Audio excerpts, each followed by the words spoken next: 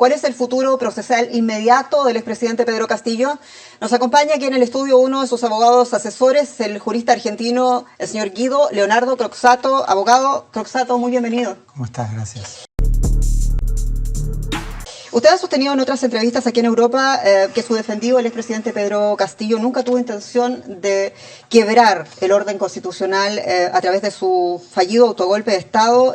¿Qué quiso hacer entonces el señor Pedro Castillo? Bueno, Castillo quería y quiere terminar con la exclusión histórica que padecen en Perú, no solamente en Perú, en otros países de América Latina, lastimosamente también, de los pueblos originarios. En ese sentido, su principal ambición es incorporar la cuota indígena y la representación de los indígenas en el Congreso peruano, que tiene una aprobación menor al 6% de parte de la ciudadanía. Si no hubo quiebre constitucional, ¿qué hubo entonces?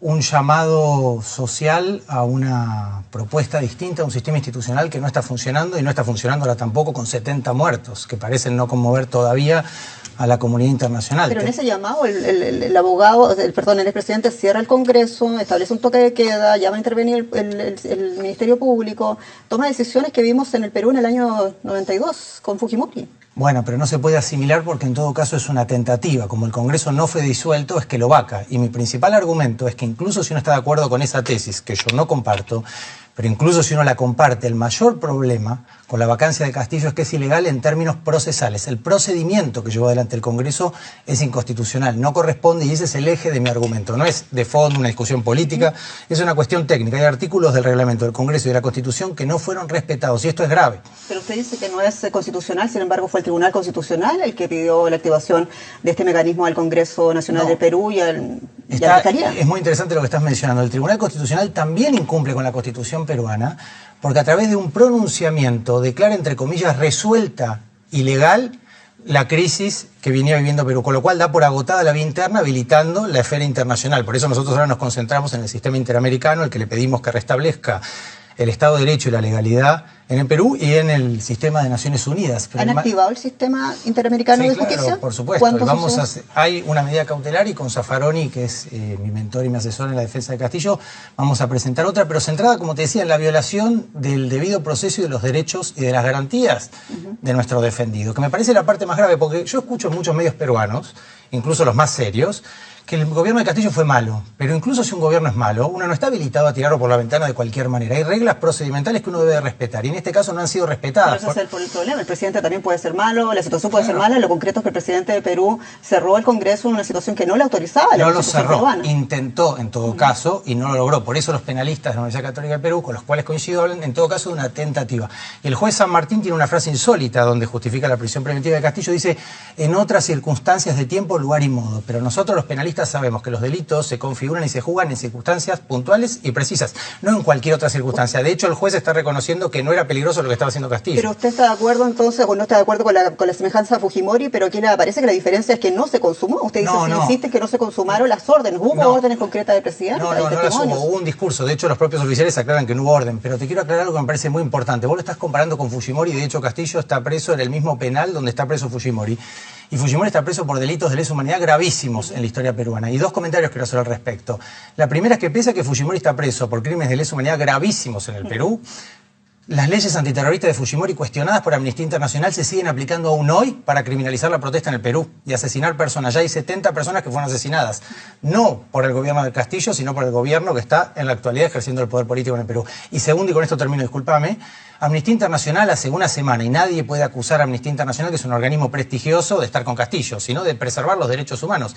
Iba a presentar su informe anual en la Casa de la Memoria, en el lugar de la Memoria y la Reconciliación, en Lima, y el alcalde de Lima cerró por cuestiones administrativas justo ese lugar, justo el día que Amnistía Internacional iba a presentar su informe. Y eso ya me parece que es transitar un camino pedregoso y alejado de la democracia.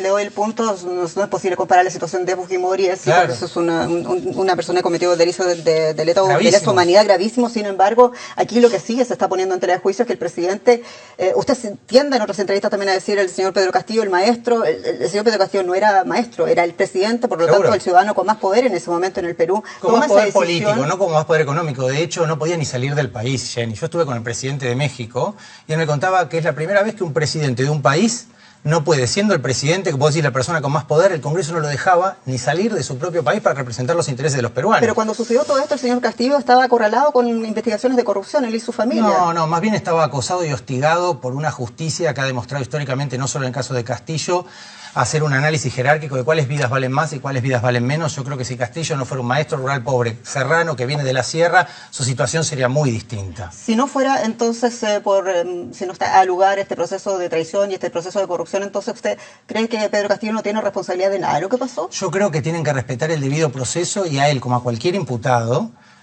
tienen que respetarse las garantías que establece la Constitución para la vacancia por acusación constitucional. Incluso constitucionalistas que están con la candidata Mendoza, que no coinciden en nada con Castillo, reconocen en distintos informes, a los que yo, digamos, te puedo dar acceso, que son públicos de todas maneras, que el procedimiento seguido por esta vacancia por incapacidad moral permanente es inconstitucional el proceso que se siguió.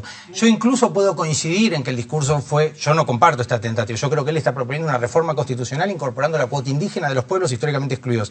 Promoviendo un toque de queda, cortando la libertad. Él es un gobierno excepcional para promover una nueva constitución ante un Congreso que le había obstruido 140 leyes y que no lo dejaba salir del país. Abogado, ¿por qué no procede la vacancia de inmoralidad, moralidad permanente? Te digo, porque hay un procedimiento específico en el artículo, creo, 117 de la Constitución peruana, que habla de la disolución del Congreso cuando no está habilitado, de la infracción constitucional, que es un procedimiento específico que implica una moción de vacancia, un número determinado de votos y el derecho del presidente, que tiene inmunidad, a expresarse durante 60 minutos en el Congreso. Nada de esto se le respetó a Castillo. Y los periodistas peruanos, ¿qué te dicen? Para tapar esta problemática, te dicen, bueno, pero gobernó muy mal. Podemos estar de acuerdo, yo ni sé qué medidas tomó como gobernante Castillo, porque mi trabajo es técnico y es procesal. Yo simplemente veo las garantías que tiene como presidente y veo si se le respetaron o no, y no se le respetaron. Usted dice que la vacancia es un instrumento político.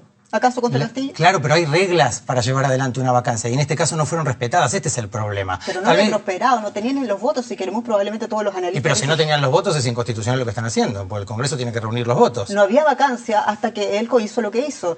Aquí la pregunta entonces... No, pero yo te hablo de la vacancia con la cual lo terminan destituyendo. Claro, lo que hubiera procedido era un proceso por acusación constitucional por infracción constitucional, por el intento de disolución del Congreso. Pero eso es lo que dice el Tribunal Constitucional, eso fue lo que hicieron. No, el Tribunal Constitucional hace algo aún más grave, incumple, como dice Fajardo en un informe, que es una defensora de los pueblos originarios, sus propias jurisprudencias y sus propios antecedentes, porque uno no puede resolver por un pronunciamiento entre gallos y medianoche una crisis política. Sí, pero la vacancia constitucional o por inmoralidad, incapacidad moral permanente, así se llama, se ha aplicado no solamente contra Castillo, se hizo contra Kuczynski, se hizo contra Vizcarra y ahora mismo contra la presidenta Boluarte, hasta donde lo que Pero te digo algo, Jenny, cuando se le pidió al Tribunal Constitucional que precisara el alcance de esta figura, el Tribunal Constitucional no se atrevió a hacerlo. Y la Corte Interamericana le advirtió al Tribunal Constitucional antes de esta crisis que tenía que precisar el alcance de este concepto porque podía ser manejado arbitrariamente como efectivamente sucedió contra Castillo.